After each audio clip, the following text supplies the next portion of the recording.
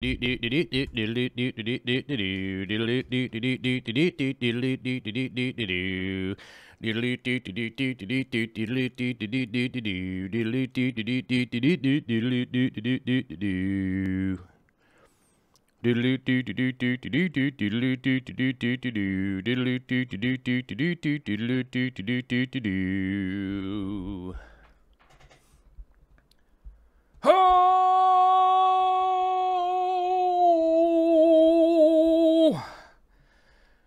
internet.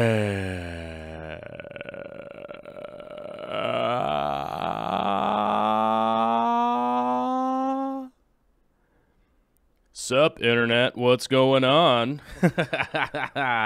What's up, internet? What's going on? How y'all doing? Happy Wednesday to everyone out there, all your bright and shining faces. I see you in the chat. Frank Dominguez, first one to the chat, back on the top of the leaderboard, followed by Lexi and someone else who I've forgotten now because the chat scrolled away. There's so much early chat, it's scrolled away, you guys. But Frank Dominguez was first, Lexi was number 2, and I'm not sure who number 3 was, but you know. It is what it is. I mean, if you're third, you're last, right? Is that how it goes? Good to see everybody out here. Let's say hello to a couple of other people in the chat that have been here nice and early. Alyssa Bentley, Bald and Dangerous, AJ Aquariums, Rebecca, just plain old Rebecca. Vexing Cat is here. What's up, my man? How you doing? Let's see who else is here. Gone Wishing. Well, good to see you, Gone Wishing. Thanks for coming out, Mr. Charlie. Let's scroll through the chat here a little bit, see if we got any questions or anything like that. Oh, Daryl Dimer's here. Good to see you, Daryl. Leonie Ballantyne has showed up. That is good. 54 Punchies here. Good to see you. And I got your message earlier. I will think it will be on the Friday show. As you guys know, the Friday show is the Patreon show. That means we go through the Patreon questions, the questions on the Patreon page. The Patreon is how we fund this show. It's how I'm able to show up and do this show, and I just want to say thanks, as always, to everybody on there who is contributing on the Patreon. As I've mentioned before, that's how I'm able to do it. It's how I'm able to even free up time to be able to do this show. Otherwise, I'd be like, man, I got to go somewhere else and do a different thing. 292 of you on there, just kicking ass and kicking in like $1 a month or $5 a month or $10 a month. Anybody that's confused about it, Patreon is an independent third-party website, web host. We're basically crowdsourcing, being able to try and get to do some bigger projects, bigger and better projects. Ultimately, the long-term goal is to realistically come out to all y'all's, some of y'all's places and help y'all out with your aquariums and stuff, you know, and then shoot the video and put it up on YouTube so you guys would be able to check it out. You know what I mean? So we'll be able to go meet some of the interesting characters and, you know, get some videos up about it. You know what I mean? Like, I might go somewhere like, well, let's see. Who was just asking for Scott Roberts? Like, maybe we go to Scott Roberts' house and he's having problems with his, maybe he's having problems with his drains or something, you know, and we go out there, help him sort that all out, make a video, and then it would ultimately help out some other people. It is ultimately my goal to be able to start telling some other people's stories instead of just my story all the time. So that's going to be, that's a big goal that we got going, and I hope we get there at some point in time. Hey, man, that was just me. Dog's barking because I clunked my foot around. She thinks someone's at the door. Right? Gone Wishing's asking this beauty sleep stuff. This beauty sleep stuff. Is it working? Oh, like a charm, my friend. Like a charm. It's working fantastically. Everybody, get your sleep. You got to make sure you get your sleep. It's just the smart way to go. I see Bentley Pascal in the chat. Good to see you, buddy. Saying that the cottonwood is snowing like crazy here. Yes, I will say I'm not somebody who has specific allergies, but having contracted whatever crazy flu cold thing this is that we got when we went overseas to Germany. Whatever it is, put Corey out. He's on meds, so anybody worried about Corey, don't worry about Corey. The doctors are taking good care of him. He's not like in the hospital or anything like that, but they are rocking and rolling and taking care of him. So Real Fish Talk should be back next week. And speaking of the Real Fish Talk crew, I will be absconding with the Jimmy this weekend, and my lady, Victoria, we will be heading out to the woods. Far off into the woods, into the distance. So there will be actually 2 cameramen on this trip. So let's see what we can come up with. I think we'll have some pretty good fun out there. Not only do we need to get out to the woods and get some R&R meditation time, take a look at the birds and the fish and the things that are going on out in the beautiful Cascades around here. We're also probably going to be shooting some fun videos of whatever we get up to while we're out there. You know what I mean? Oh my gosh, we have Gaddis Aquariums. It's his birthday. Oh my gosh, we got to make a sidebar here. It's like I run my life like a Mexican restaurant. When it's somebody's birthday, we need birthday singers. Come on, dogs. Are you singers? These dogs never sing. They don't. Happy birthday to you. Happy birthday to you. Happy birthday. Get us aquariums and reptiles. Happy birthday to you. Happy Wednesday. What is today? May 23rd. Happy birthday. Digging it. David Lopez is asking if we're going to Yosemite. No, we're actually going up north from where we are here. So we will be close to, I want to say Mount Baker, but that doesn't sound right when I start to say it. Maps. There we go. Let me get to my map here. Where's the map? Let me go to the map. Let me go to the map. You guys, enhance, map, enhance, map. Good golly, Miss Molly, it is. It is. It is Mount Baker. Man, I felt like I was wrong, but turns out we're right. We're heading out east of Ross Lake and New Halem and Diablo. We're heading out east of there. Anybody that is interested in geography, it is the northern central Washington state. That's we'll be out there kicking like chicken and doing the things that we do. Should be fun, you guys. It should be tons of fun. I'll see what kind of videos we can put together. We'll see what we can do. We've got some ideas, and I'm not going to spoil them ahead of time. That'd be silly. And then, you know, we'll get them out to you. We'll release them. So I would imagine you'd see something on Noodle Eggs channel. If you're not subscribed to Noodle Eggs, you should get on that. I think he goes by Schwisky Vision, something like that. It's confusing. He's changed the name of his channel a couple times, so it's getting confusing to me, but it's Jimmy.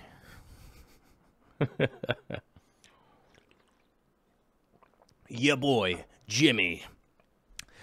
So hopefully you guys will want to check that out, and hopefully we'll have a ton of fun. But like I said, happy birthday to Gaddis Aquatics. You know, it's been a while since I've checked out his channel. I probably should sometime soon. I don't know where you went. You were in the chat, and now I don't know where you went. Let's see. Dan Squires says, hello. Good to see you. Well, it's good to see you too, brother. We're just warming up the show here. We're going to get to the video segment early today because I'm trying a new thing. I'm going to try a new thing. We're going to get to the video segment here in just a minute. As soon as this little timer goes over the mark, we're almost there. We're almost 10 minutes in, you guys. But we're basically at the 10-minute mark. I'm going to start doing the video segment at the 10-minute mark. And then if I do trail off, we'd just be trailing off with the people that are like, they don't need the video segment. You know what I mean? The people that don't need that darn video segment, you know? Oh, there he is. Let me go to your channel real quick. Let me see here. It's been a while since I've clicked over there.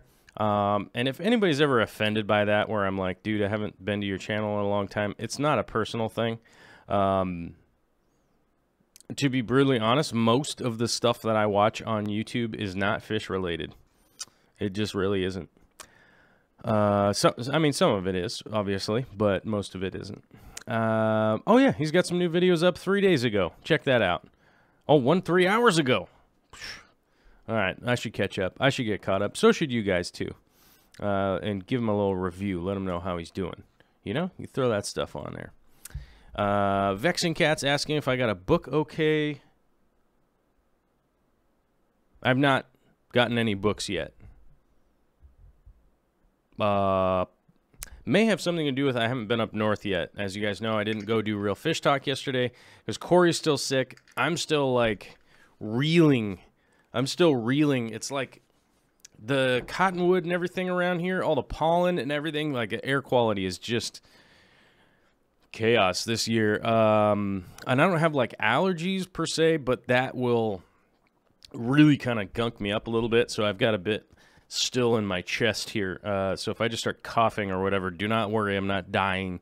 I'm just recovering from the main illness. But Vexing Cat says it's at the coop. Okay, cool. Yeah, I'll be up at the coop probably Friday. So maybe I'll grab the book on Friday and maybe read it while I'm out camping or whatever. Check it out. But definitely dig it. Kim Yawarski says I just subbed your channel, so you have some shellies. Ooh, you know, guys, you guys know I love them shell dwellers. I do. I don't have a dedicated tank to it yet. I do have some big tank projects coming up, of which I'm pretty excited for, and I don't want to spoil them for you, but I will throw a slight spoiler on here. One of the things is going to be a new 120 that's coming in, which I do have to say I'm super stoked to get that in and get that rolling, because man, I'm kind of stoked. I'm stoked. I'm excited. I'm zazzed. What's my zazz level? 9, I think. Out of what? I don't know. Fernando Gonzalez is asking, hey, Corvus, if you can please help me answer my question. If I have a 60-gallon aquarium that's 25 inches tall, what kind of lighting and how many lights should I use? 25-inch tall is not that big of a deal. I did accidentally happen upon some other YouTube channels that I saw recently that were talking about LED depth and how well, you know, a 24-inch tank is like a deep tank. 24, 25 inches is not deep. If you get over 40 inches, it starts to become deep and will really filter out quite a bit. But a 24-inch tank, not a big deal. I think a lot of people have heard me talk about the Fluval lights pretty ad nauseum. They are fantastic. There are also some other lights out there, but I don't have as much experience with those in comparison. Now, I definitely wouldn't go cheap because the cheaper the light, the worse you're going to be dealing with, the more of the peripheral problems, if that makes any sense to you at all. Is that, I mean, like, the buttons will stop working. You have a possibility for shorting. Oftentimes the bulbs or, you know, the internal electrical parts will just give out. You'll be having lots of problems with all of that kind of stuff. Like the legs will just fall off, stuff like that. So I do recommend the Fluval's 3.0 version. I don't know that I have a link, and I see some of my moderators here. Maybe they'll be able to grab a link for you. I don't know where those are. Let me click around here for a second and see if I can't find me a link here. Where did they go? Nope, I don't even have that page open. Hold on. Let's see. Let's go here and let me see if I can't find the link. Well, that's a Driftwood link. That's not going to help. Well, okay, here we go. Here's a link. That's a link right there. I don't know that I have the link for the actual light itself there, but I know Corey carries them at the Aquarium Co-op. You can click through there if you like. I could probably find them on Amazon, that kind of stuff. But I definitely do like those Fluval 3.0 lights. They're definitely pretty effective. Fernando says he's currently using a Fluval 3.0, but I feel like it's not enough. Some plants don't grow as I liked. I have not seen that experience. I've the 60 gallon I have, which is that 24 by 24 by 25. It's actually that same height. Is the 24-inch Fluval 3.0. I actually got one more for it, and that was way too much. Ended up going back to one in the meantime because it's a pretty new tank and it just can't handle it. It's one of those the deals with just a little bit too much light. So I think if you're really lacking in light, I would actually just stack another one of the 3.0s on there. But I would also be more considering checking what your fertilizers are. So making sure that you have enough nitrates, nitrogen, all that kind of stuff. Making sure that you have enough CO2. If you have a lot of CO2 and that kind of stuff, you're not going to need as much light. It's a lot easier for plants to uptake and grow if CO2 is available. So that's something I would be looking at if I were you, and checking that stuff out. If you do already have a 3.0 on there, it should be doing well for you. You could also adjust the light to be putting more or less of what exactly you're looking to do with that tank. So, but I would definitely check the ferts and the CO2 and see where you're at in regards to those. And that could be the deficiency that you have right now. Andrew Crankshaw is asking, what do you think about 20-gallon longs? What are a good algae eater for one? I used to have tons and tons of 20 longs. I had tons of those tanks. I ended up getting rid of them because, as you guys know, I'm trying to make my fish room more and more efficient on things that I want to work on, which is actual aquascaping, growing plants, and that kind of stuff. So there's really no reason for me to have a ton of 20 longs anymore, because I'm not breeding, I'm not separating, I'm not doing any of that kind of stuff. And if I do get back into breeding, I'll only be breeding shrimp. So as you guys know, the 150-gallon tank I have is going to be set up for colony breeding shrimp, and then culling from that tank. So I might, at some point in time, have another small tank somewhere, but I love 20 longs. They're fantastic size and shape. I love the aesthetic of them for sure. Yeah, I had tons and tons of them. But if I was to answer the question of what do I think a good algae eater is for one, the human that operates the aquarium is the best algae eater out of everything ever, for sure. I never give the recommendation to buy something because you have algae, because of two reasons. First of all, if you have algae and you don't want it, you're probably going to correct that over time, right? Or the plants will correct it over time, or whatever you add in to eat it will correct that over time. And then its food source will be gone. So what are you going to do at that point once that food source is gone from that creature, whatever creature you're putting in there? You're going to be missing its food. So it's sort of like if you bought a cow because you had some grass and then the cow ate all the grass, and then you're like, well, tough luck, cow. There's no grass out here. Are you going to be going to buy hay for that cow? And, making sure that it's getting the proper diet if its food source is gone now.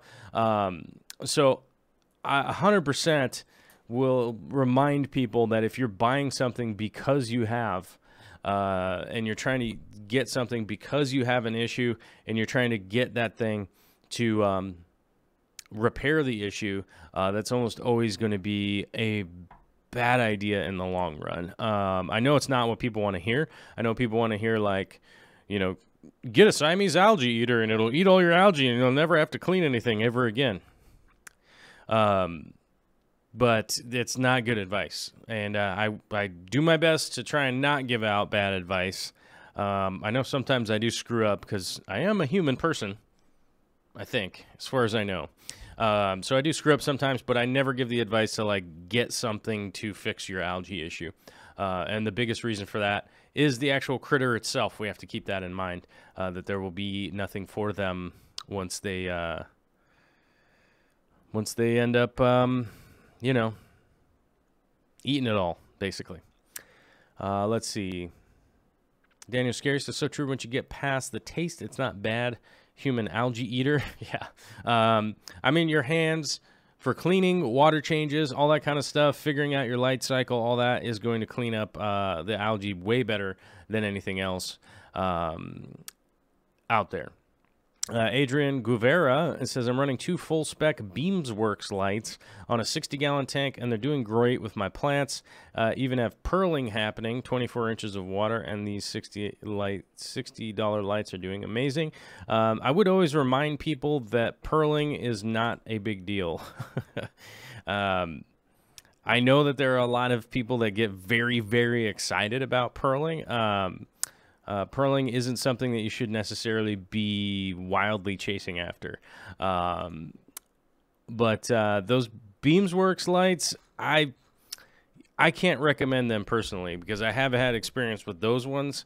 And basically, my personal experiences were terrible. I know some people have had good experiences with them. So I personally just can't recommend them. I feel like telling a specific story would be kind of lame, but I know a lot of people have had good luck with them. I didn't.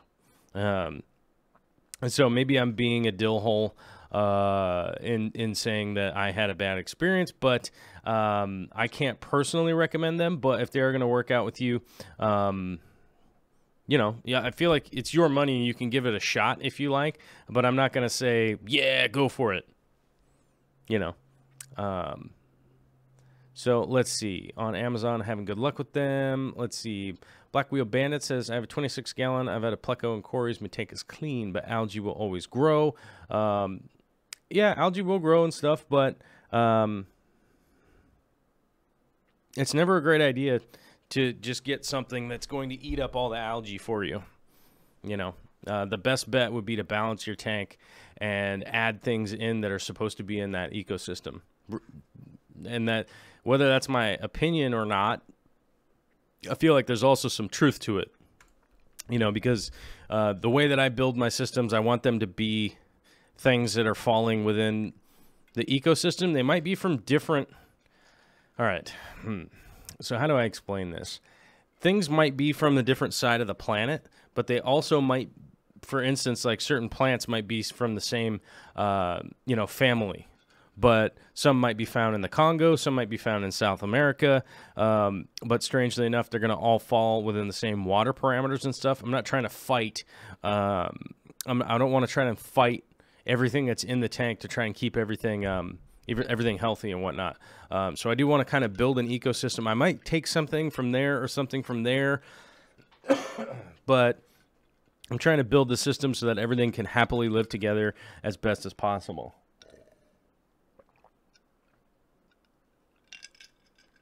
But Daniel Keeping Fish says, I have Stargrass. I have only had 2 weeks and get purling every time I do a water change, so pretty sure it doesn't mean anything, unfortunately. Yes, I actually have a video coming out this weekend. I'll show you guys how people get those purling shots. I'll be showing you how you can get purling shots at home also in a very easy way, and it only costs about $3.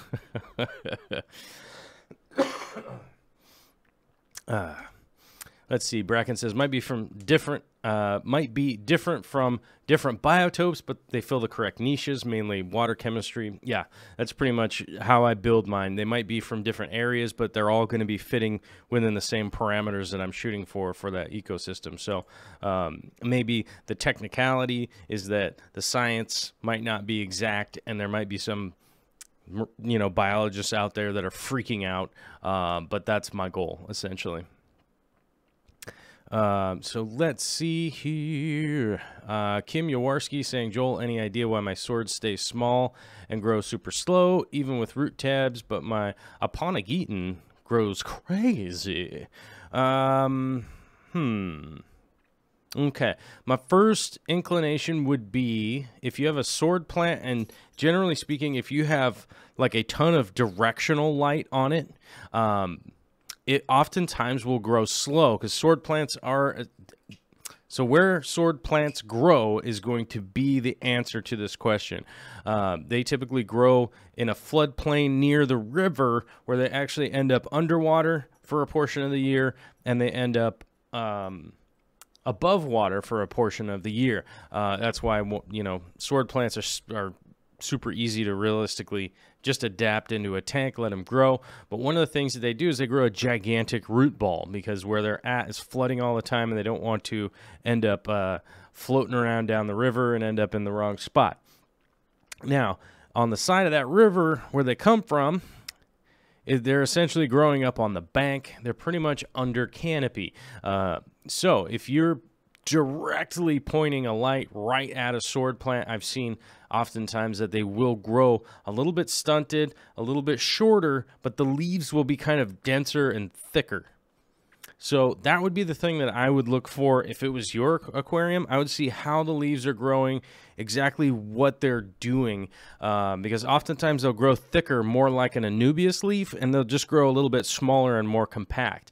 If that doesn't clue you into anything, I would actually pull the plant out of the substrate and then see what the roots are doing, because the roots will give you a good idea if this plant is alive and doing what it's supposed to be doing. Because sword plants will send out a ton of roots, and if they're not doing that, then you at least have an idea of what's going on. Like, okay, something's wrong with this plant. Now I've got to go really getting deep into it if the roots aren't going at all. But if I had pulled them out and I was having big problems with the roots, this is what I would do. I will float the plant for probably a week or 2 weeks and see if it starts sending roots out from there. Sorry, I'm like, I burped and it tasted like that raspberry smoothie I had earlier, which is unsettling. You know, luckily you guys aren't actually here. But if I had that going on with my sword plants, I would actually float them for probably a week or 2 weeks and see if they're actually sending some roots down. And that would give you a really good idea. Okay, wait a minute. They just didn't have a time to root. They weren't rooting yet. And for whatever reason, oftentimes plants will actually respond to floating to start sending roots out. And you know, it would be difficult because I've never actually interviewed a plant that actually gave me an answer. It would be difficult to say like, oh man, you know, this plant was like super pissed because it blah, blah, blah. Oh, hold on. Uh-oh. It's the mom. I can't answer the mom. Well, maybe Vicky can call mom. I don't know. But my mom's calling. Right? So hopefully that gives you an idea and kind of gets you where you're at. Where you headed to. I don't know. My mom called and it totally sidetracked my whole thing. But we are, at the time, we're going super early to the video portion of the show. And that's not the right button. There it is. How did this button get over there? Oh, okay. You can actually move them buttons around. How silly, you silly goose program. There we go. Okay. So, today we have a two-part video portion coming at you. America, whatever. It's two parts. First part's going to be the 240. Second part's going to be the 150. And the 150 portion is actually kind of boring video-wise, but I'm actually just going to talk about what's going on that when that comes around. But this Pogostemon stellatus has turned into a nightmare. Really has turned into a nightmare in a good way because it is growing like wildfire. I'm constantly having to trim it, and it basically got to the point where I'm having to replant it and actually kind of rescape a little bit to move some things around because of just how it's growing in. So I'll give you an idea how that goes, and you know, let that marinate in the background there for a second. But Joel Gillett's asking, whatever happened to bringing Mrs. Corvus online, on live? Oh, Victoria, I'd love to have Victoria on the show here. You know, to be brutally honest with you guys, that's kind of contingent on the success of the show, realistically. I don't have any other way to explain it, but it's like Vicky has to go to her job. She's the breadwinner in this family. She makes a lot more money than I do.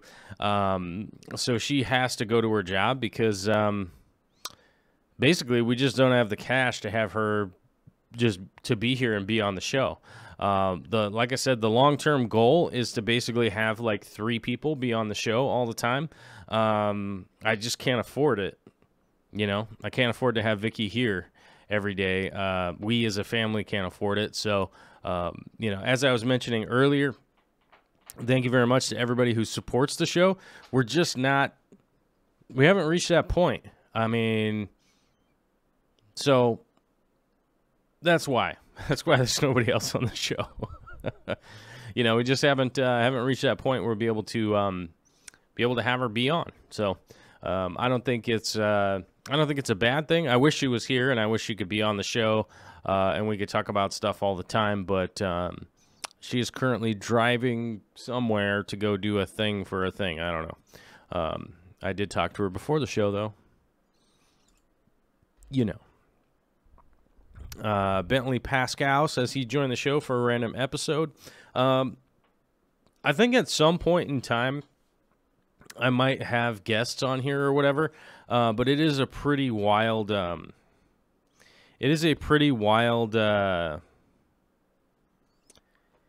thing to try and get guests to come on a regular basis. Plus, I have 3 shows a week, so it's going to be super difficult to try and start filling the expectation for people that there would be guests on all the time.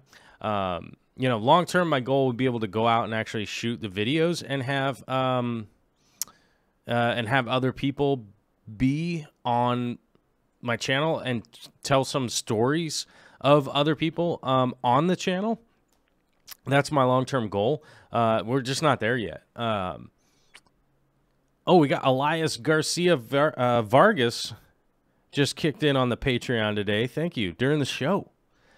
And Pete Berlinski also, that was on Wednesday, but that was just after the show on Wednesday. Thanks to the new Patronizers, and Nathan Newsom, which was on Monday. Those are our 3 new Patronizers this week. Thanks, guys. I appreciate it. We lost 5, we gained 3. But they're 3 good ones. They're 3 gooder ones. 3 betterer ones. So, I feel like it's a good trade-off, you know? We don't need more people. We just need gooder people, right? I think that's how that goes. Let's see. Ed's Fish was saying, I would love to have Joel have some saltwater guests. I think at some point in time, but honestly, like I said, the long-term goal would be able to have, you know, 4 to 5 videos out a week of highlighting stuff that we're going out and doing. But you know, I guess the whole reason I got to talking about this is just because we just haven't gotten to that point yet. We haven't gotten to the point where it's like, oh, I can just tell, you know, like Vicky could just like take days off from work or whatever. Like it just doesn't happen. It just doesn't happen that way. Kay Walker is asking, one of my Shelleys is bullying the others. Will a rescape help? Most likely, yes. With the shell dwellers, with Shelleys, and any other possible territorial fights with fish, this actually kind of does apply to most of them. I would say one of the best bets, one of the best things that I've been able to do in the past was be able to take all the fish out into the same tank water, put them into a bucket, cover it up, and do a blackout on that bucket for like an hour or something like that, and then bring them back into the tank and put everybody in all at the same time.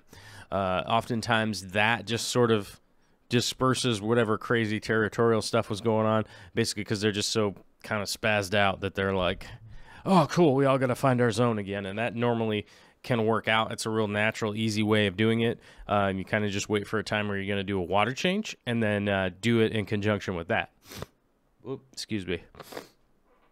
Oh, the boogers are back. Sorry, gross. Greg Jones is here, says, what up, Joel? Are you part of the Peru trip crew? No, I'm not. I guess there's an open invitation that I could go, but I cannot afford to go to Peru. It costs about $5,000. And I can't afford to take the couple weeks off during the summertime because I just can't afford it. I can't afford it. I have to really, I have to make money during the summertime because that's really when money is available. Money is available during the summertime because people really want to get projects done during the summertime. So I can't afford the $5,000 to be able to go. And then B, I can't afford to be gone and lose all my income over the it's like almost 3 weeks. It's basically 3 weeks that they're going to be gone. You know what I mean? Because it's like, the day before, you're gone for 14 days. The day after, then you're going to be, that's just with all the travel time, all that kind of stuff. It's going to be a couple weeks at minimum. And then plus all the days of just being haggard or whatever.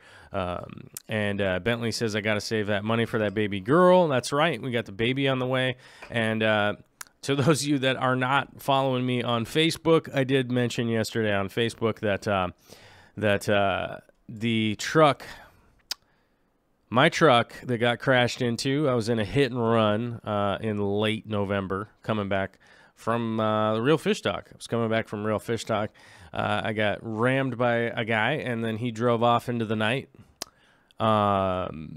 which he did get caught. This is going through insurance, but the guy has a terrible, terrible, terrible insurance. So they tried to lowball the repairs as $300. So I finally got it into the shop. The shop took it apart.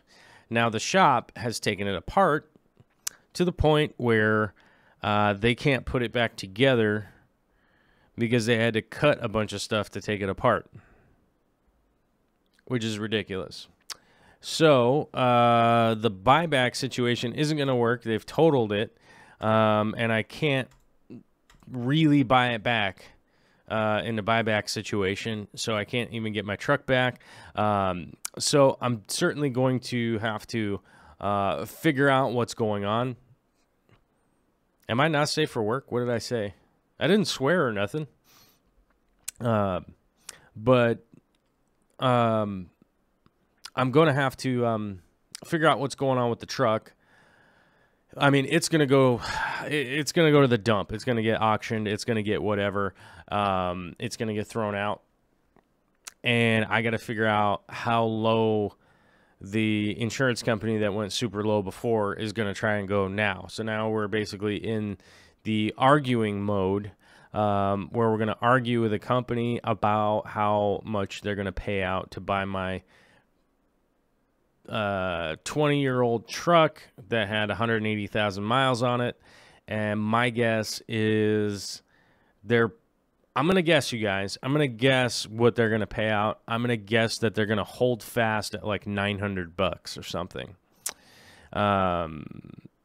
So it's not going to be fun. It's not going to be a fun situation. And I don't know where you can buy a truck for like $1,000, but it's going to be a little bit rough. And we got all that stuff to figure out. And, figuring out that stuff right now means that, as you guys know, I've been saving up for a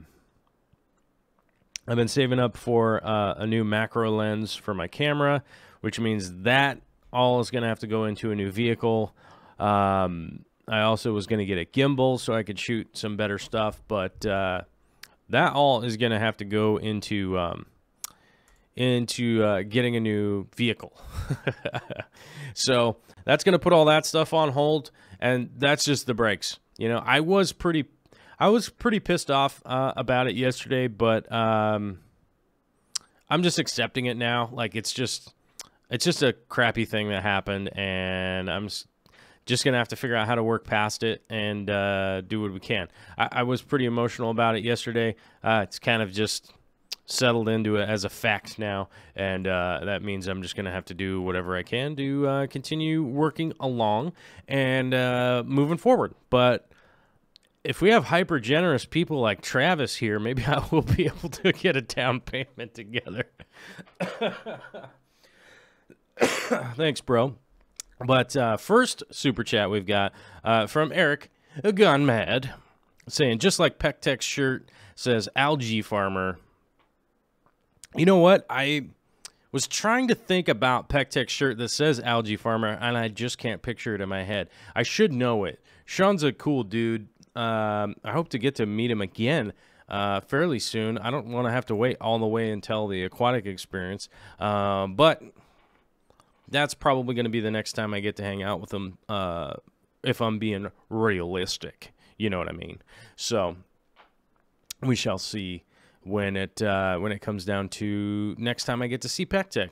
I was wondering if he was going to come out here for the big Comic-Con, but I don't think he was. I don't think he was coming out for it. So I had hoped.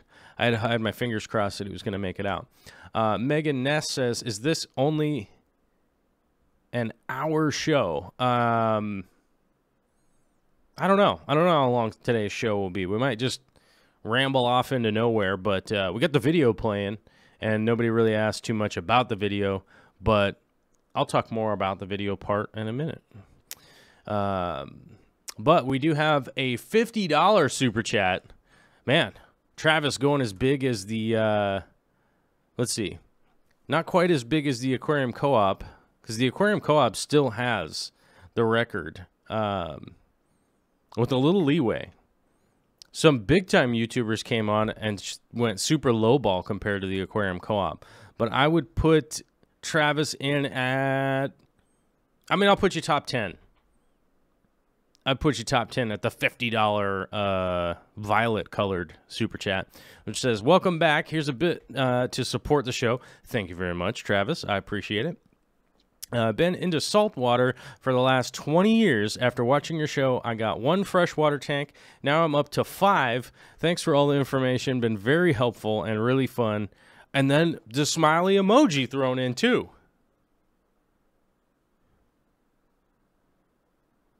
I'm digging the smiley emoji. You gotta love the smiley emojis, you guys. I mean, I really do. Some people would probably look at me like, this guy's got gray hair in his beard when he likes emojis. How ridiculous. But I will say this. It's not ridiculous. I just happen to like emojis. I think they're nice. I think they are nice. Fernando Gonzalez was saying, how can you get your pogo to grow like that? Get yourself some good substrate. First of all, utilize a little bit of CO2.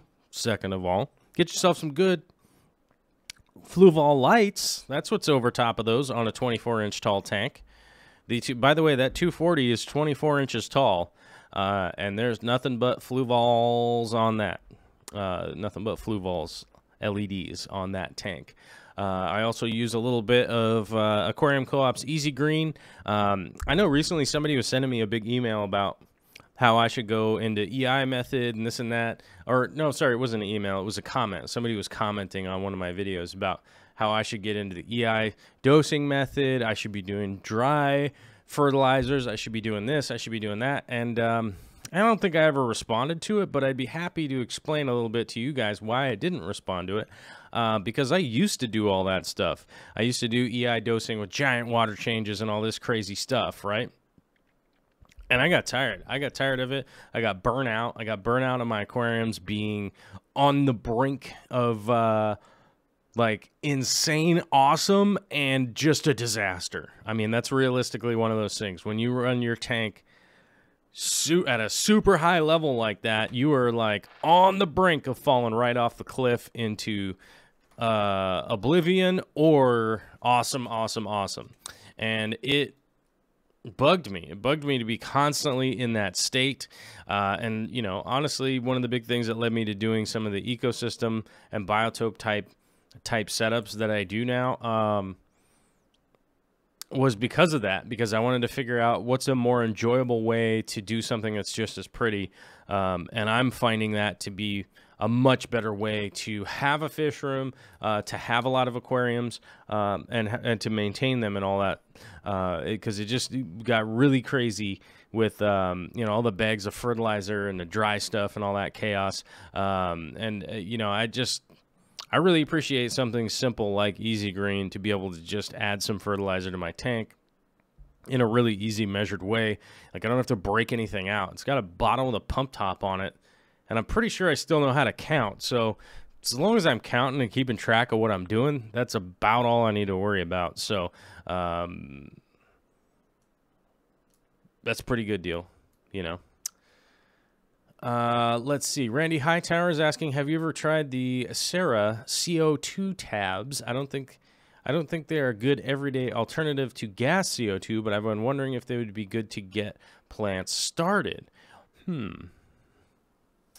That I have not tried those out, but having met the guys from Sarah, maybe I'll shoot them an email and see if I can't try some of those out. That might be something that's worthwhile. I have to admit, the Sarah guys were super awesome. I had a great time meeting with those guys, and I really hope to get back into some stuff with them. And Travis, I hope you don't feel neglected, man. I'm just going to say thanks again, because I was rereading what you posted on the Super Chat, and there really is no question on it, so just an extra shout-out, man. $50, that's wild. But we also have some other Super Chats we got to get to here. With the Zombie Drummer, who's always been super generous to the show here. The Zombie Drummer himself says, sorry about your truck. Here's $13.41.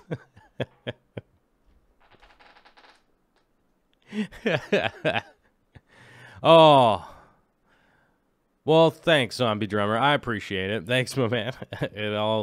Everything's pretty much going to a new truck now. Well, a new used truck. I'm not buying a new truck. What are you, crazy? It's like 40 grand or something insane like that. Travis C is asking, now I am curious, what is the record Super Chat? The record Super Chat is $495, if anybody out there is wondering. And that was from the Aquarium Coop Kobe himself. That $495. $5 shy of 500.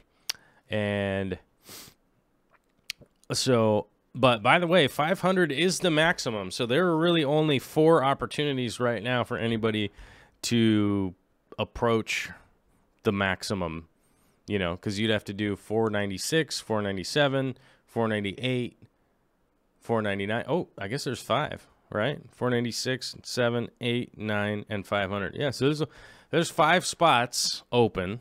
Unless nowadays you can go over $500. I don't know. This was I don't know. This was like last summer or something crazy like that. When dude went 500, but he'd already done a super chat of $5, and so he was stuck at that it maxed out at $500 at the time, and he'd already done a chat of $5, so it took it from the 500. Ed's Fish says, I think we could all band together and beat 495 today. Well, you know, I wouldn't say no, but that's not really the goal of the show. But I do appreciate it, and you know. Let's see here. We've got a $10 super chat. No, sorry, £10. That's it. That's that British money from Dan Squires, who, by the way, you guys, Dan Squires is one of the people that you see the little moderator wrench next to his name. He does a ton of stuff for the show. So does Candy Overhauls. So does Steve. So does Nisi of the North.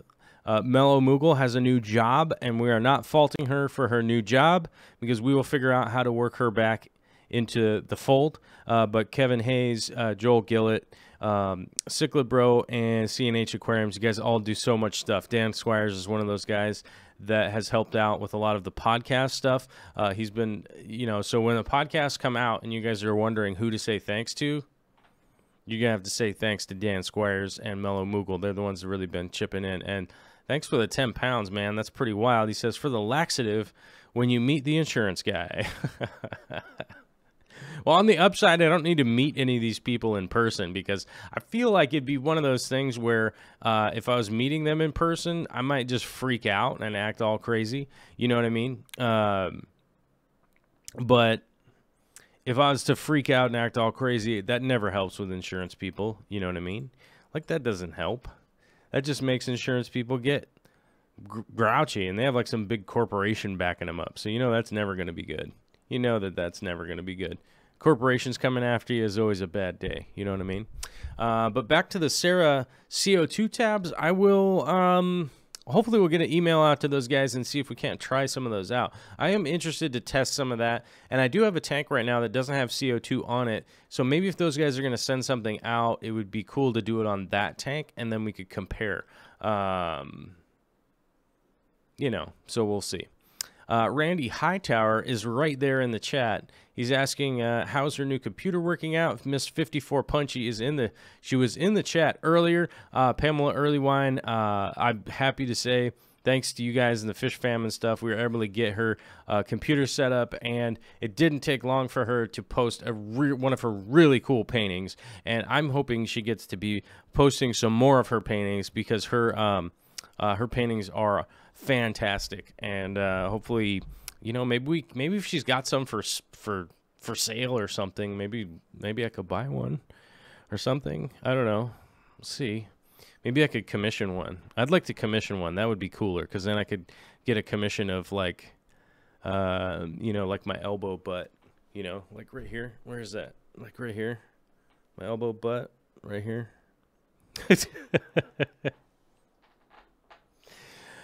I'm kidding. I wouldn't commission that. That would be pro bono, right? We got a $3.99 super chat from John Gonzalez for the vehicle fund. Thank you very much. And Derek Runyon, who I finally got to meet in person when we went out to Michigan and the American Live Bearers Association. He was out there with his lady. And I have to say, it was a very great time to get to meet him, hang out in person. I've sent some plants to Derek. We've corresponded via the mail, via the via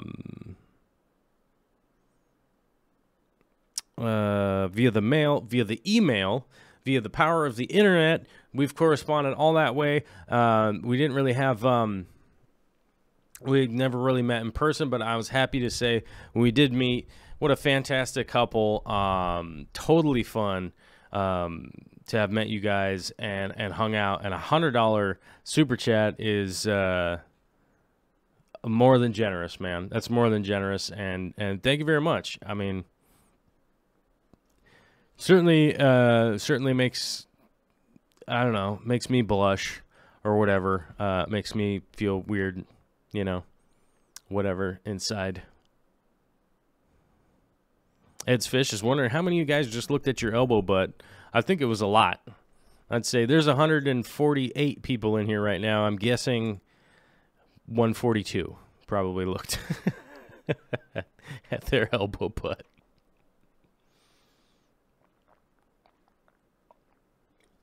Leslie 09's Fish Room says lawyers are grouchy too. Yes, lawyers are grouchy too, and I don't want to be meeting any. I don't want to be meeting any lawyers anytime soon. I mean, maybe in like a friendly capacity, but I don't like meeting with them. You know what I mean? Let's see. Andrew Crankshaw says, love me some plecos. Which ones would be all right in a 20-gallon? Any of the, and was answered by the Fishy Mailman, any of the Ancestris should be good to go, which I would agree. I would agree with that. I would definitely go with any of the bristlenose. They'll be cool. One that I always forget about is the rubber lip pleco, and they're super cool too. Clown plecos would be cool. They'd be fine. And yeah, there's a lot of varietals of plecos that are available now that actually don't get big. You can actually have a 20-gallon for them. I think it's more common in the hobby to be able to find small ones now as opposed to the common ones, which you just buy that are small and they grow to be giant. There's a lot of plecos available now that will be able to that you'll be able to have in a 20-gallon, no problem at all. Zombie Drummer says, just like from my phone and my laptop, smash that like button. Oh, yeah. Did we do the like spike? We didn't do the like spike yet. We should do the like spike. Is everybody ready to do a like spike? Do we have enough people to do the like spike? I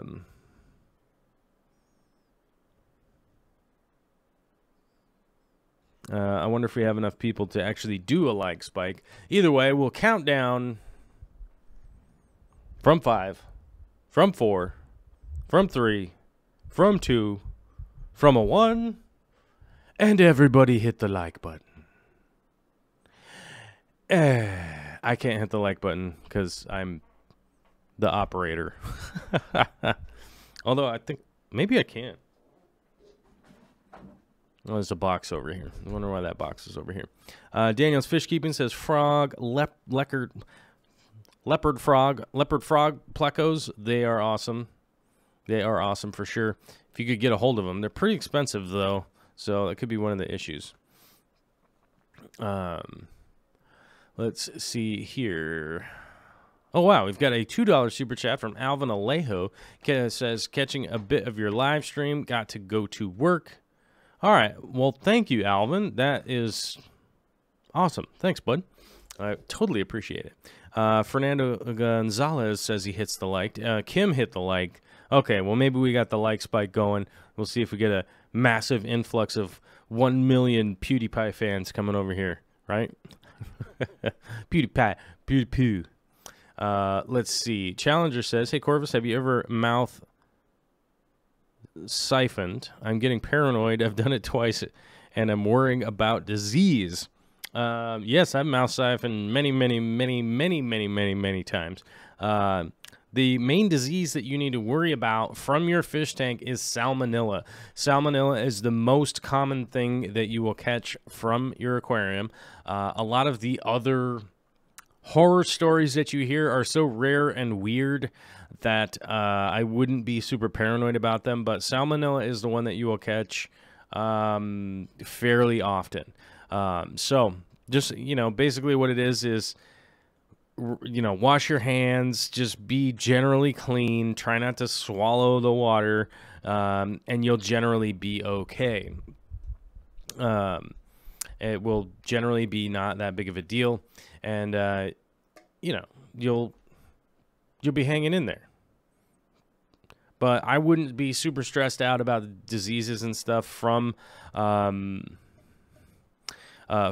your siphoning of the water. I siphoned gas and have breathed that in, and I'm not saying that that's a good thing. I'm saying that I was way more paranoid about having swallowed the gas than I was the fish tank water. And then, of course, when I talk to the doctors, they're like, yeah, it's not good. But you'll be fine. Just drink some water. You'll be okay. But it's the main thing that you need to worry about is salmonella. So you just treat the stuff from your aquariums and stuff like eggs, like you were just cracking eggs or whatever. Don't put it in your mouth, like don't rub your eyes, and generally you will be fine. And then just wash your hand. It's really. Tampa Tom says, I mouthed gas out of my motorcycle and swallowed 2 gulps. Yep, I did that once. I was working out on a job site that was it was negative, it's like negative 18 degrees. And we were trying to fire up another generator, and we had somehow put bad gas into one of them, so I had to siphon the whole tank. Because, of course, once I siphoned the tank, got all the gas out of it, put the other gas into it, guess what? It worked just fine. So we actually did have just a coincidental, 5-gallon tank of bad gas. It was weird, but I figured it out. But it definitely sucked having swallowed that much gas. It was not cool. I was not feeling good. And it was really cold out, so I don't know if it could have been one or the other one.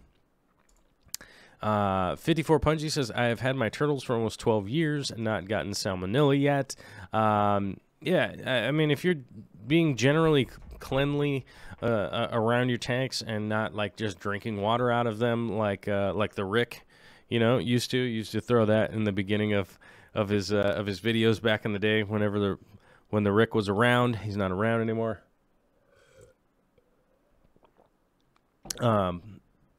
But he used to do that. But I don't recommend it. I don't recommend drinking out of your tank. So true. Wasn't able to enjoy it. Had a headache all day. Oh, that sucks. I hate having the headaches. You guys know I get the migraines every once in a while, and that is mind-bending. That is mind-bendingly difficult for me when that does happen. But I am stubborn and have the tendency of just working through it. So is that a good deal? I don't know. It's generally probably a bad idea, but that's just what I do. And I'm just going to keep doing it that way. Has anybody seen how do I get the where is it? Is that it? Yeah. Okay. I'm going to post into the chat here crap. I can't do that. Hold on. I'm going to post into the chat here. How do I let me see. Here we go. Text. Copy. Okay. So, since my camera lens is on hold, I just posted a link into the chat. And if anybody happens to see an EF 100 millimeter, it's an f2.8, so it's not like the super fancy lens, but it's the 100 millimeter macro lens. I'm just throwing it out there that maybe somebody has a used one for sale. Maybe someone out there has one for sale. Keep an eye out. Keep an eye out for your boy. And you could always pass it on to me at joel@darkstararts.com. And could be like, oh my God, someone's got one for sale. I was just going to buy a new one because I haven't been able to find one for sale. But anybody else that has emailed me, like Gunner, he emailed me on at joel@darkstararts about some fish-related stuff. Just keep in mind, I will generally answer that stuff on a Friday when I do the Patreon questions. I'm starting to just incorporate that into Friday's show, and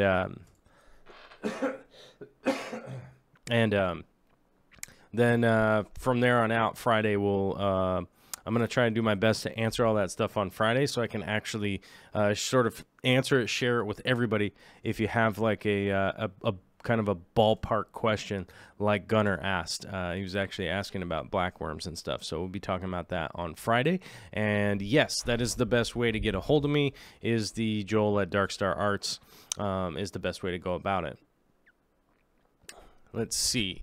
Alio Cat says the 2.8's good lens to have. Yep, I definitely trying to get that lens for a really, really long time. I was just thinking, a shot in the dark, maybe somebody knows where there's like a used one for sale. Maybe that would work out. I don't know.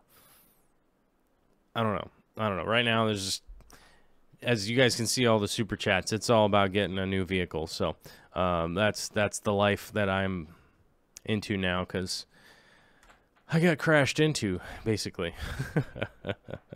But yeah, you have until you basically have today and tomorrow to get your questions in for the Friday show, because Friday's show is going to be super early. So if any of y'all wondering, if you're not a part of the Patreon, I posted to the Patreon that Friday's show is going to be super early, and if you're not ready and prepared for that, you might miss it. And then you're going to be tripping, right?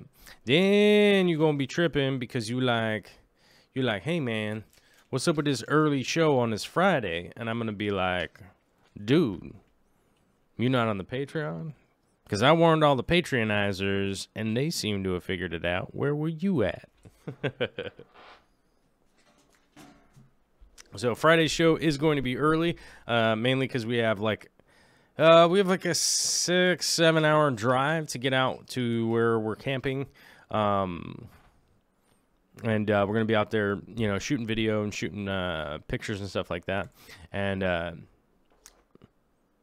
so we're going to be doing it early.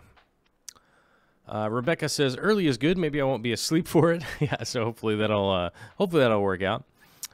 Fish Girl from Connecticut. Yes, the lower back as well, but neck is worse. Car accident years ago has to do with the nerves in my neck. Yeah, I've which she was saying hers caused by degenerative disc disease in her neck in regards to the headache situation. Visiting a chiropractor has helped immensely. Yeah, I get the ocular ones mainly. So whatever reason, I don't know. I get the ocular ones. I can't really explain what it's from. I don't know. I could never really pinpoint one accident or ailment that that would explain any of this mess that I call me. We got a $4.99 super chat from Megan Ness. Says, will Prime cause fertilizer to be less effective if added at the same time, or is this a myth? There has been some research into this from some people, and it is essentially, okay, there is some minor bonding, molecular bonding that does happen, but it's one of those things like, yes, it does bond a little bit with some of the fertilizers that you add, but it's not a big deal. So it's sort of one of those things that's like, yeah, it's kind of 50-50, but it's a 50-50 that it's each of the 50s that you don't care about, right? So it realistically, I've never stressed out about it. I've never been concerned about it. The groups that I've seen test for it are like, yes, there is a reaction that is happening, but it isn't anything, it's very nominal. Very, very nominal, and it's not something that I would ever worry about. Plus, the effectiveness, the overall effectiveness of Prime is about 8 to 12 minutes. So it's going to dechlorinate in that 8 to 12 minute time. So just wait till after that, you know? You can wait an hour or whatever, and it's not going to be bonding with anything. It works really fast. It works really quickly. So I wouldn't be stressed out about that either, because you have a big window of opportunity to wait a short amount of time. Daniel Keeping Fish says, got to go. It's after midnight and you got to work early. We'll watch the rest later. Thanks, Admin and Joel, for the show. Night all. All right. Well, thank you, Daniel. Thank you for coming out. And I don't know. I almost said thanks for your super chat. You didn't super chat. But thanks anyhow. Thanks for coming out. I appreciate the support. I really do. Nathaniel is going to post some pics to Patreon. Awesome. I love it when you guys post to the Patreon. It's so much easier for me to track things that are going on the Patreon than it is for me to like try to keep tabs on Facebook or even YouTube. Like I just really don't. A lot of my time gets chewed up trying to track what the cool stuff that everybody else is doing, and that's not the greatest thing to be doing. The Fishy Mailman says, I've got a Fluval Spec version 16 gallon. I set it up with my stratum and fluorite black sand. I still have to get the filtration shrimp safe, but how many black King Kong shrimp would you recommend? In a 16 gallon, you're not super limited. But the big issue is going to be making sure that you have enough food for their offspring. That's going to be the thing that you're going to really, really, really need to keep track of with the King Kong shrimp. It's not so much raising them once they're already, a shrimpy, basically. Like maintaining them at that point isn't that difficult. It's actually maintaining their offspring from like the tiny baby shrimplets to get them to adolescent. That's the hard part. So you definitely want to make sure that you have enough really, really, really small foods, a lot of biofilm in that space. I would say in a 16-gallon like that, if you started with 20, I would not be concerned. Personally, I wouldn't be bothering me at all. If you started with 20, and then as the colony bred, you're going to be culling anyhow from the Black King Kongs, right? Because if you're trying to go like full Black King Kong shrimp, you're definitely any of the off colors or any of that kind of stuff you're going to want to be culling out. It doesn't mean you have to kill them, but you want to take them out of that tank to get them out of that colony if you're going to be line breeding them like that. So you never will, that colony never really will grow like wildly out of control with just how many you're going to have to cull out of the tank. So I would never be stressed out. But if I was going to start,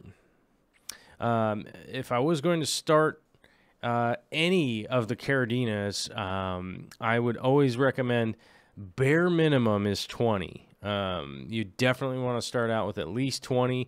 I would double that personally if I was going to start a colony and not just some that I was just going to be keeping. I would start with 40 if you can. I know that those Black King Kongs are wildly expensive. I know if you're talking about 40 of them, it's like $500 probably easily, which can be a little bit crazy, but oftentimes you can find some good deals if you are kind of shelling out that $400-$500. Most people will probably be working with you to throw in some extras and stuff, instead of just like adding 4 to the shopping cart, 4 to the shopping cart, 4 to the shopping cart, until you get up to 10. I would basically just contact him and go, how many could you do for $399.99 or whatever you're going to spend to start the colony. But sometimes you can find 10 of them. Sometimes you can find like 10 on sale for like $89.99. Obviously, you throw the shipping in, then it goes right back up to that, $13, $14, per shrimp, because that shipping ain't cheap. So, I personally would get more and then line breed them and sell off the culls and stuff like that. That's what I would do. I wouldn't be super concerned with that size of tank, though. I think you'd be fine. Mr. Gone Mad got 50+ carbon release from Sergeant Tank for the 120. Yeah, but what did they cost? What was he charging? Probably wasn't $15 a piece, but right. Lot Lad got some free King Kongs at my local fish store when they netted some by accident. I got super lucky. That is super lucky, but I think I would have told the local fish store if I'd accidentally gotten some of those in there. Because depending on how expensive they are at retail, retail stores, they could be like $40 a piece. I would certainly have mentioned to the store what was going on.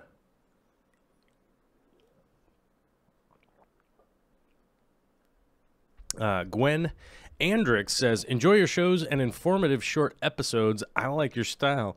Watching in Bowling Green, Ohio. Bowling Green? Hey, Docs, what are you doing? Hey.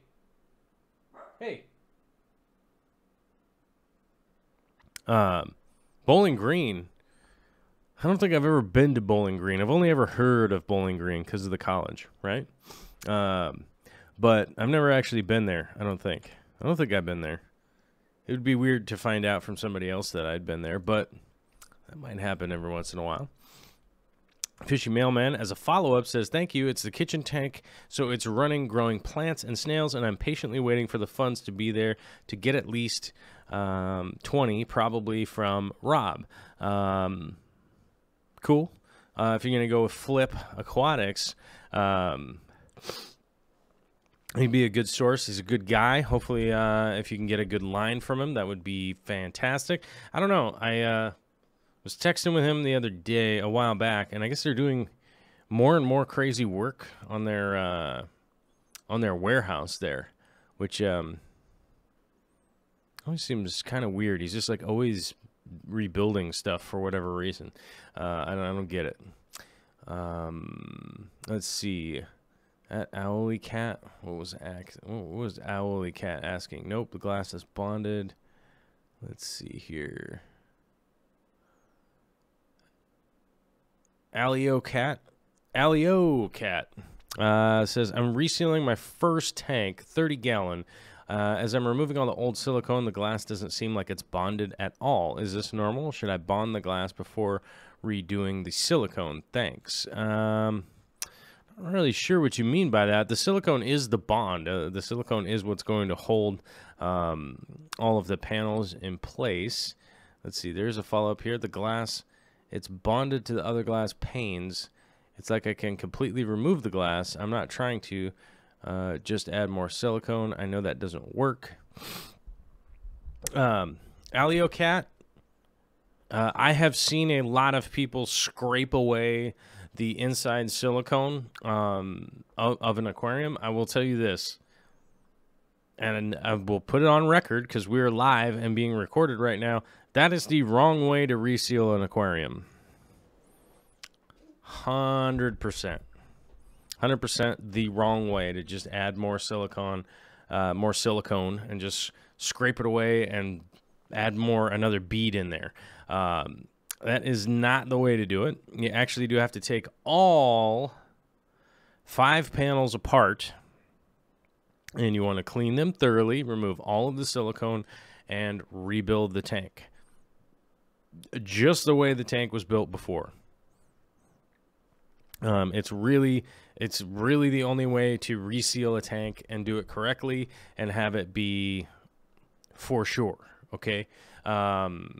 Scraping it away and adding more silicone in there will give you a false sense of security, more often than not causing a leak in, probably a year or 2 years. It might not do it right away, but a year or 2 years from now, when that tank is really established, you've completely forgot about resealing it and all that, is when it will probably blow a gasket and leak all over the place and have a big time problem and be a huge disaster. I know that people get away with it because they do it and they leave it there temporarily, and then you never hear about that aquarium again for months, until later. But I will guarantee you that is not the way you do it. You have to take all the panels apart, clean them with alcohol, and reassemble the tank. Once the tank has been reassembled, you have to let it cure for approximately a week so that the silicone is 100% dry. If you do this in a really cold room, it will take longer than a week. But if it is, predictably ambient temperature with the right amount of humidity, let's just say 68 degrees and 50% humidity, it will take approximately a week for it to be completely cured. Basically what happens is the silicone will quickly dry overnight and be at about 70%. It'll be about 70% over the next week before it completely dries. And people go, oh, they poke at it. They say, oh, cool, it's dry. Everything's good here. Then they essentially will fill it up with water. Oh, look, it didn't explode. But it hasn't completely dried yet, and guess what? Now there's water in the way of allowing it to continue to dry, and some people claim that the silicone will continue to dry somehow underwater, but seems a bit to me to be a little bit of a fallacy, and more often than not, that's probably one of the big reasons it blows out a year later, and then there's water all over the place. Lisa Bentley says, Ed's Fish, I've only done it once, and I did make it to make baffles in a small sump, but I still have the supplies 11 years later. Vexing Cat says, learned that lesson about 25 years ago with a 120-gallon tank. Not fun when it fails. Kim Yawarski said, would like to see you do a paludarium setup. I did some paludariums in the past. I'll probably be doing one at some point in time, but I doubt that I'll ever do a paludarium here.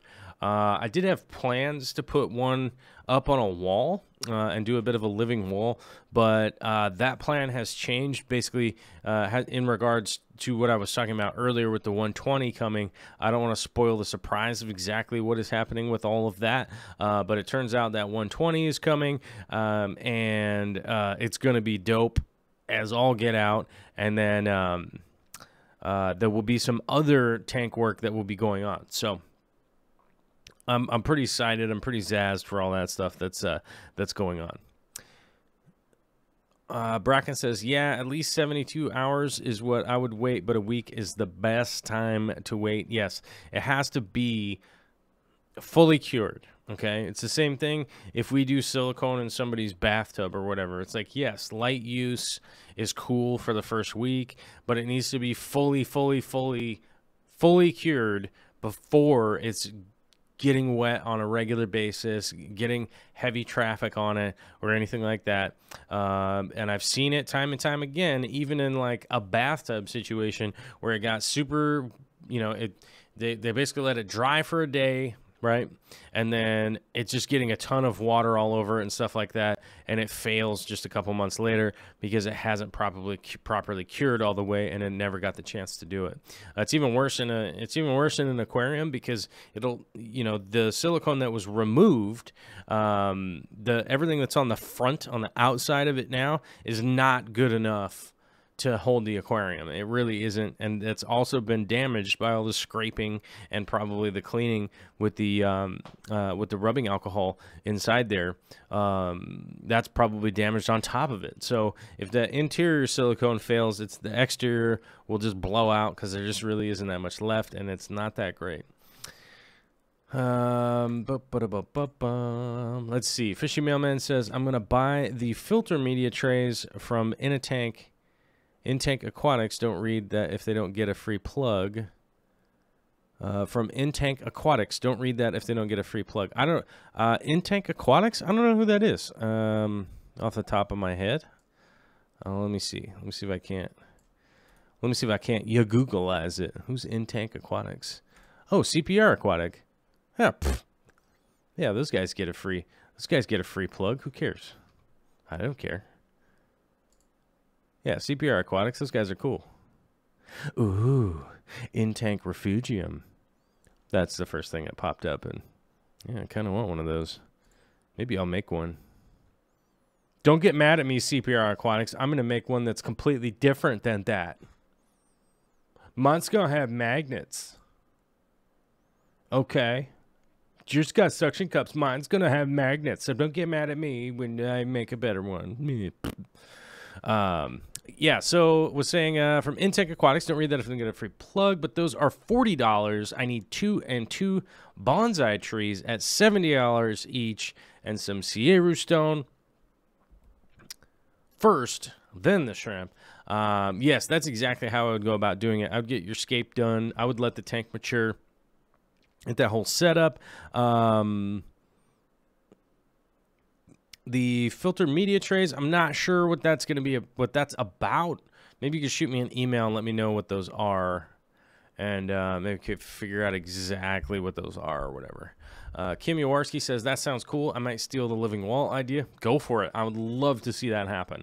The more living walls around, the better. You know, I think people would always think that, like, I would only want me to succeed. Screw that. I want everybody to succeed. I love seeing your guys' awesome projects.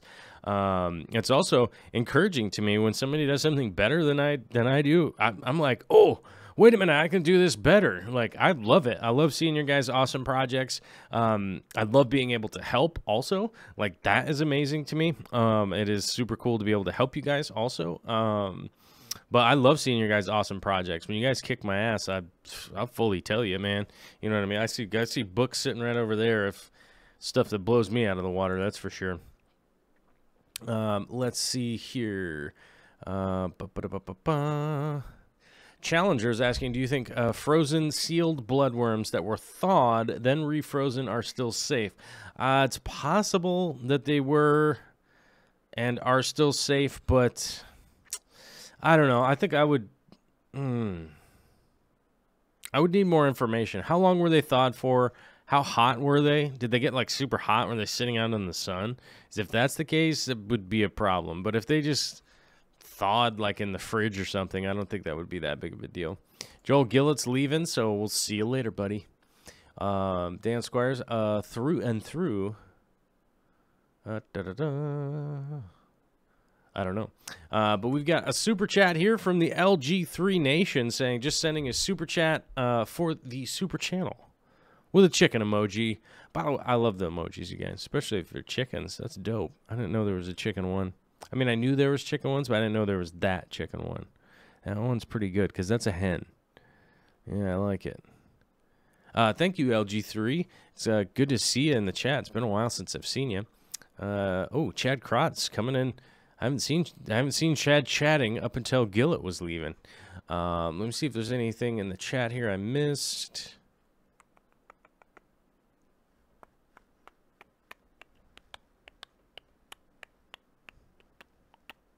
Lexi V saying, wow, that is early if I converted correctly. Yeah, so it'll be 8 my time. I have no idea what that is GMT. It'll be either 8 or 9. I might do it at 9. I think I'll do it at 9, maybe. Ah, crap. What did I put on there? Let me find out. Let me take a look, because I did put it on my calendar, but I can't remember now. Load that. Load that thing. Hey, man. There we go. Probably 8 a.m. is what I posted on the Patreon, but it might be 9. Maybe I'll compromise and just do 8:30. Woohoo, and blow everyone's mind. Why is he starting at the half an hour? This is crazy. I'll be like, you're right. I am crazy. All right, guys. Well, we are coming up on the I'm running out of things to talk about time. So, I don't know, hour and a half in. Get about 5 minutes left, and then I do have to get prepped because my mom wants to take Vicky out for her birthday. So we're going to go have some Vietnamese food, and I would like to be on time and not be possibly late. So probably have to get my cool rental soccer dot. What's wrong with me? My cool rental soccer dad van, and rock that thing. It's pretty dope. I will say it's the same van as Mike Howie's. I don't think it's the same year. This one might be a year. This one might be a year newer because it only has like 4,000 miles on it or something. But I think Mike's might have been new also.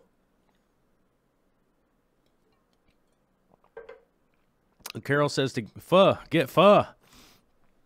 We might get pho. I'm not sure. Place we're going to, I've never been to, so we'll see. Hopefully it's good. We might get some pho. Probably get some pho. I'll probably get some kind of delicious hotness. Help, help decongest this chest I got going here. This manly chest, Oh my God. Let's see. At Kim Jaworski, I read wrong. You're right. It's noon. Yeah, so it'll be 9. If I do like 9 my time, it'd be noon Eastern time. Which I think would probably work. I think that'd probably work pretty well. I'm not sure. Trying to figure out if I'm going to have jungle curry tonight or not. But I'll also have that scheduled ahead of time so you guys will know when it's actually happening. Vexing Cat says, I would rather have seafood at Salty's. Salty's was on the, well, let's see. The Fancy Dukes Chowder House was on the list, but I already got all the lobster for Vicky, so now I'm broke. I bought all the lobsters, you guys, all of them, and so now I'm super poor. No, I don't know. No, Vicky's birthday dinner was super good. We had a good time and some time to talk and be quiet and have a happy birthday. So it was pretty cool, and so my mom wanted to meet up with us and get some dinner and have some family time, which would be pretty cool. Fernando Gonzalez with the coming up at the end here, $2 super chat saying, thanks for taking time to answer my questions. Well, you're very welcome, my friend, and thank you very much for your super chat contribution and your regular contributions of just coming on the show and hitting the like button and sharing it out. Sharing has been a big issue of trying to get the videos shared out there. That's going to be one of those That's going to be an ongoing issue with the YouTube. They want more people sharing, basically. And Turbofish says, peace out, everybody. Thanks, Derek, for that monster super chat. Let's not forget of Travis for his monster super chat, along with Gone Mad, Zombie Drummer, Dan Squires, John Gonzalez, Alvin Alejo, Megan Ness. Megan Ness again. We had 2 for Megan Ness? Whoa. And I missed one from Megan Ness. So we'll go back and answer that real quick. Megan Ness was asking, anyone know where you can get shadow shrimp? Where did that come up in the chat? Oh, there it is right there. Shadow pandas? She's saying shadow shrimp, and I'm not sure what that means with the shadow shrimp. Megan, if you're still around, I hope you're still around. You sent in the super chat, Megan Ness. Shoot me an email with the picture of the shrimp you're looking for, or a more accurate description. It's really hard with the street names to try and figure out exactly what you're looking for. But shadow shrimp is confusing to me. So, but the first person I would always recommend you to go to is Flip Aquatics and see if Rob at Flip Aquatics has some in. He's got a lot, and he often does, and he's been importing quite a bit, and so I would definitely look in to see if Rob has some, or if you could find a picture and figure out, let me know what you're seeing and what you're looking for. If it's a Caridina, if it's a Neocaridina or whatever, you can definitely let me know and I can figure it out. And I could probably source it for you. I don't know, but I might be able to answer that. But either way, at least with a picture, we'll be able to figure out exactly what it is that you're looking for, and maybe we can crowdsource if I can't find it. The Fishy Mailman coming in with a $10 super chat, saying for Vicky, not you. I got it. I read it loud and clear. That super chat is for Vicky, and it's none of my business.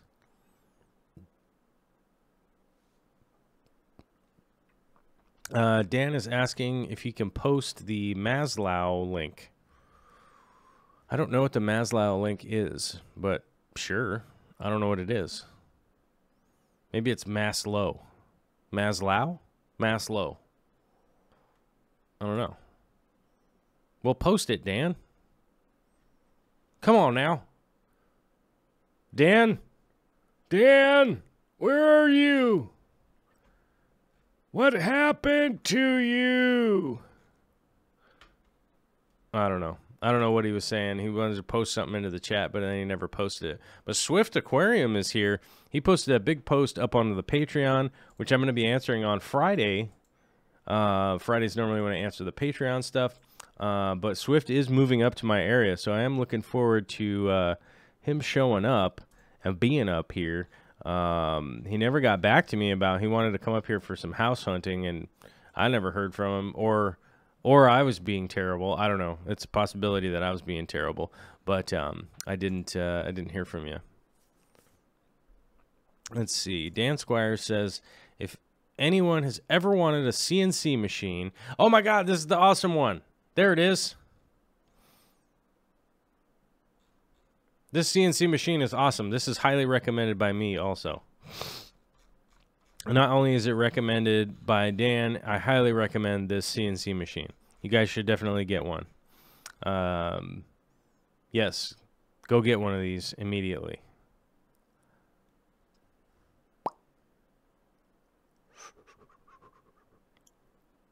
So, yeah, I would definitely check out that CNC machine. That is something that everyone could probably make really good use of. I would definitely check it out. Swift Aquarium says, unfortunately, no fishes currently, but definitely house hunting over the next 6 months. I know you have a bunch that were going to be rehomed. I don't know if you ever got them rehomed or not. Maybe the store took them or something. I don't know. But we'll figure out the story, and we'll let people know on Friday. I'm just wrapping up the show so I can get ready to go out to dinner a little bit early. I mean, it's been an hour and 40 minutes. I feel like if I talk for another 20 minutes, I'll just be jabbering on and like being ridiculous. But another big thank you to everybody for your huge contributions. Thank you so much. I appreciate it. Not only do I appreciate that, I appreciate your time just coming out and hanging out and having a good time. So it makes my day great, and definitely makes it worthwhile for me to come on out. You know what I mean? You know what I mean? So thank you, everybody. I'm going to go ahead and see if I can't find this button, courtesy of CJ Black. I'll have to holler at y'all later.